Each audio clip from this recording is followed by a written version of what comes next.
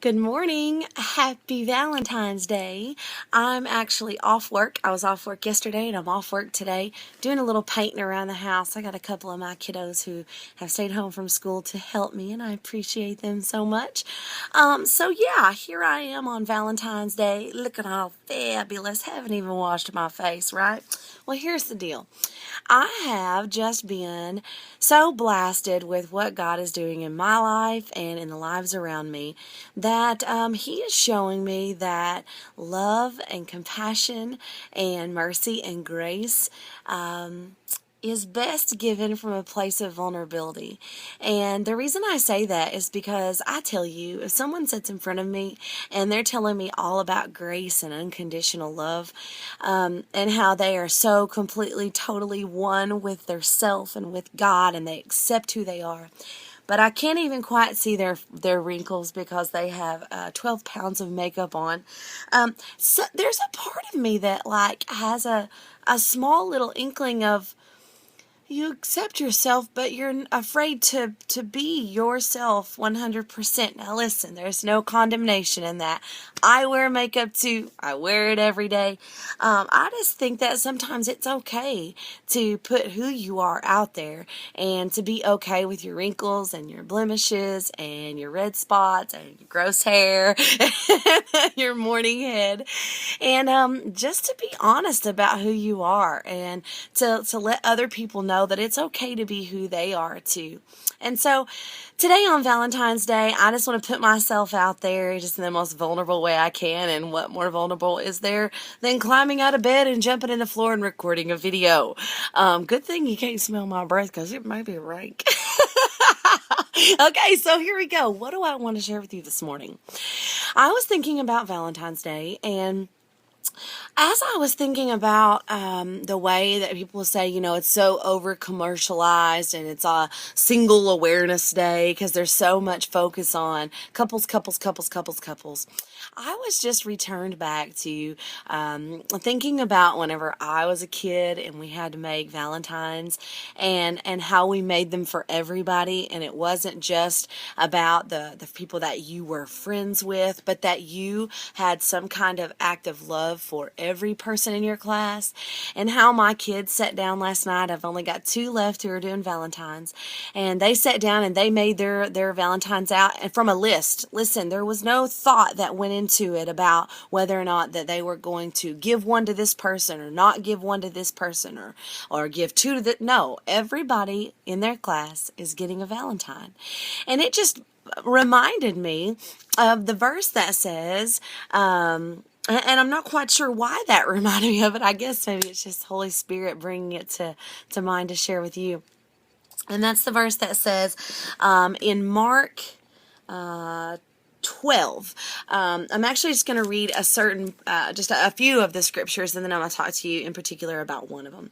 And so it says in Mark 12:28, it says, "And one of the scribes came up and heard them disputing with one another, and seeing that he had answered them well, asked him, 'Which commandment is the most important of them all?'" You see, we're always trying to figure out, God, what is it that you want us to do to be the best, right? So we're always asking these questions. And of course, Jesus answered, "The most important, hear, O Israel, the Lord your God, the Lord is one. And you shall love the Lord your God with all your heart, with all your soul, with all your mind, with all your strength. The second is this, you shall love your neighbor as yourself. There is no other commandment greater than these." Now, I want to go ahead and just knock out the first one. Love the Lord your God with all your heart. That's what you are, what is already inside of you, what has been birthed inside of you, and it's already in there. It's not something you're going to have to sit around and try to figure out. Love the Lord your God with all your soul, and that's that thing that makes you who you are on this earth, right? And with all your mind, and that's allowing this part to travel up here, and with all your strength, which we know that we don't live from our strength, but we live in His strength. So for me, that's just kind of a no-brainer verse. Let God love you, and then out of His overflow for you, love Him back. And love Him back just simply means to move on to the next verse, which is love others as you love yourself. Now, we have to go to the end of that verse to really grab a hold of what I feel like Holy Spirit is impressing upon me and maybe encouraging you with. Okay, so now here's where it's going to kind of get icky. For maybe a few, maybe not for you. You may be so confident and have zero issues with yourself. But let's think about it. If our goal is to love others as we love ourselves, our baseline is how we love ourselves. Now, does that give you any inkling as to why our world is like it is? I think we're totally living up to that verse. I think all of humanity is living up to that verse. Because we think we suck, and we think we're ugly, and we think that we are condemned, and we believe that we're no good, and we believe we're obese and overweight and look no good, and we believe that we're not capable of living abundant life, and we believe that we aren't valued, and we believe that we're not worthy, and we believe that we're not worth it. So we unleash those same beliefs on everybody else. Now, I'm telling you that from a place of, I'm not pointing a finger, okay? So, because I spent a lot of years, really until way recent, you guys would be shocked at how recent, of looking on the outside like I had it all together, but on the inside was falling a stinking apart. Okay? And so I would find myself being judgmental towards somebody. Well, at least I'm not sinning as much as they're sinning. Right? Because I believed I was this horrible, wretched sinner. So it was really easy to pick up on other people's sin. So I was keeping that verse. I was loving other people as I love myself because I didn't. I did not love myself. So it was almost an impossibility for me to love others. Okay, so here's my point. Dun, dun, dun, dun. Let's get to the conclusion, right, Jen? My point is that whenever I truly felt unveiled and unleashed to love others is when I accepted who I was. I put a picture on my Facebook a couple of days ago that had a pot, and it was talking about rest and rejuvenation and how we take care of ourselves, and out of the overflow we take care of others, that it's almost impossible to give healing water and living water to others from an empty or a broken pot. And that's so true, because I remember back to years of ministry when I just would run out. I would just run out of energy, and I would just run out of steam and out of strength. And it's because I was working and operating from a place of not even truly loving me. So I was on borrowed love. I was borrowing it from God. And I was borrowing His love from me and using that to operate from. So here's my encouragement.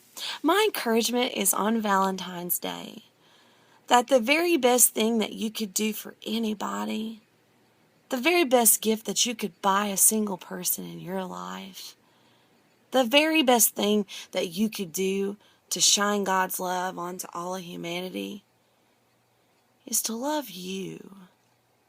I mean, love you. Strip all this off. Strip all this off. Strip off all the things that the world has told us who we are. And be okay with it. Be okay with it. Figure out who you are. And be okay with it. I tell you, the love that I'm experiencing for other people, it doesn't have any condemnation in it. It's the strangest experience ever. Like somebody could be in front of me saying that I'm a worthless piece of crap, and all I can see is Jesus. All I can see is love. All I can see is compassion. I may feel a little bit hurt that someone's saying ugly things about me, but that natural, what I thought was my nature, to unleash back even just thoughts of negativity toward them, is gone. It's gone. I'm finally living with Jesus' heart. You think Jesus didn't get his feelings hurt? Yes. But he saw love and compassion in everybody. And I'm finally operating from there. And I'm going to tell you the secret wasn't just knowing about God's love. It wasn't just in accepting God's love. It was in accepting my own love. So for Valentine's Day, my encouragement for you is to figure out who you are and accept your love. And then operate from the overflow from there. I love you so much, and I believe in you, and I hope this Valentine's Day is the best one ever. Love you. Start there. Bye. Word.